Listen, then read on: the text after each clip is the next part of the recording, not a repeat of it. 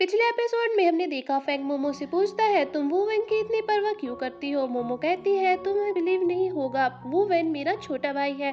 Fang कहता है क्या सच में वो तुम्हारा छोटा भाई है।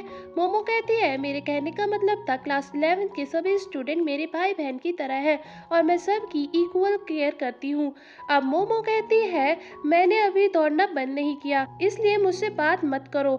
ये बोलकर मोमो फिर से दौड़ना शुरू कर देती है और वहीं फैंग भी मोमो के साथ भागने लगता है।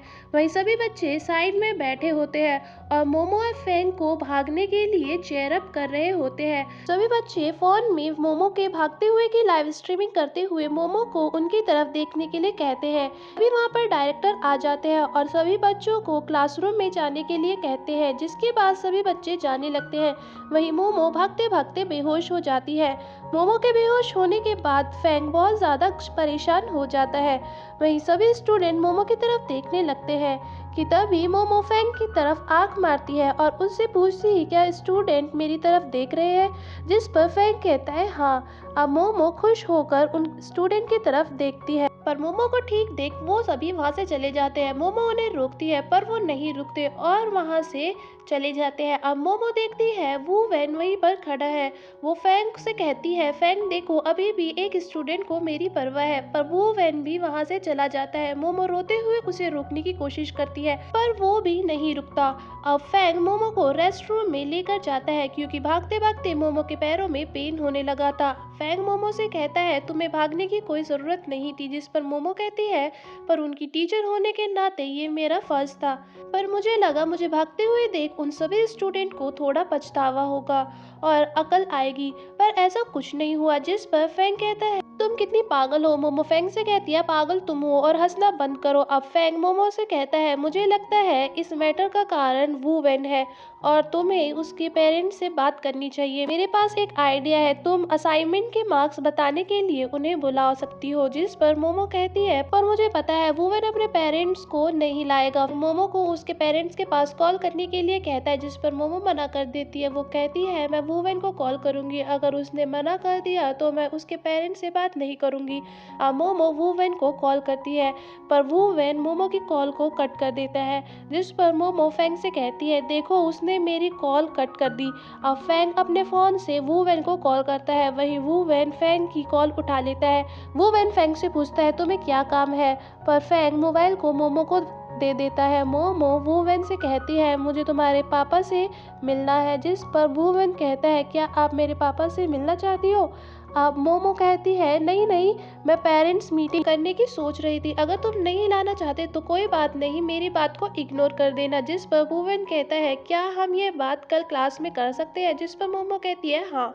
अब क्लासरूम का सीन दिखाया जाता है जहाँ मोमो सभी स्टूडेंट से पूछती है क्या तुम सब ने अपने मार्क्स देखे, तुम्हें क्या लगता है तुम्हारे मार्क्स कैसे हैं। जिस पर सारे स्टूडेंट कहते हैं हमारे हिसाब से हमने अच्छे स्कोर किया है। जिस पर मोमो सभी स्टूडेंट से कहती है तुम सभी ने क्लास में इतने सारे क्वेश्चन सॉल्व करने के बावजूद भी टेस्ट में कुछ नहीं किया, अब तुम सब फेल होना चाहते हो। जिस पर वुवेन कहता है अगर हम फेल हो गए तो क्या आपको बोनस नहीं मिलेगा। जिस पर सभी बच्चे हंसने लगते हैं। अब मोमो सभी बच्चों को चुप करने के लिए कहती है और एक पेपर पर अपने अपने ड्रीम्स जो भी तुम करना चाहते हो वो सारी चीज़ें लिखने के लिए कहती है। अब सभी बच्चे अपने अपने ड्रीम उस पेपर पे लिखने लगते हैं।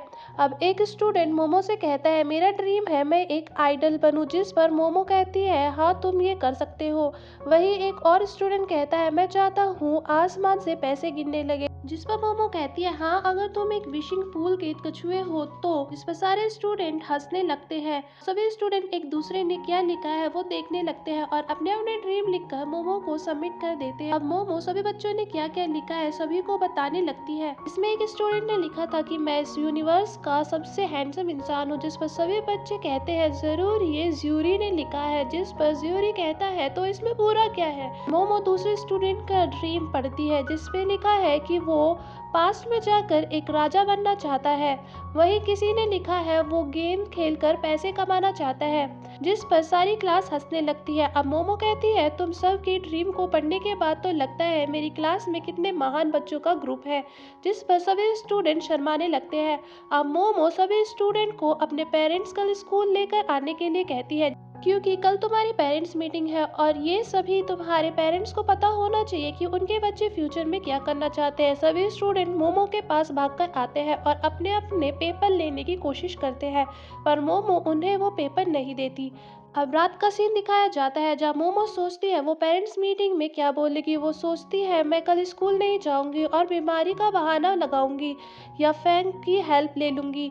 अब वो फैंग के पास कॉल करती है पर फैंग कॉल नहीं उठाता। वैसे भी 4 घंटे के बाद सुबह ही होने वाली है, मैं स्कूल में फैंग से बात कर लूंगी। कि तभी फैंग की कॉल आती है। मोमो फैंग से पूछती है तुम्हें इतनी रात को कॉल क्यों की, जिस पर फैंग कहता है क्योंकि पहले कॉल तुमने करी थी। अब मोमो कहती है हाँ वो कल पेरेंट्स मीटिंग है और मैं कल क्या करूंगी, मुझे बहुत टेंशन हो रही है। फैंग कहता है तुम टेंशन मत लो, कुछ भी नहीं होगा। अब मोमो उससे सॉरी बोलती है इतनी रात को कॉल करने के लिए और वो कहती है अभी तो तुम्हारी फैमिली भी नहीं उठी होगी। जिस पर फैंग कहता है पर मैं घर में अकेला रहता हूँ। मोमो कहती है क्या सच में तुम अकेले रहते हो, इसका मतलब तुम्हारी कोई वाइफ और गर्लफ्रेंड नहीं है। जिस पर फैंग मना कर देता है। अब मोमो खुश हो जाती है।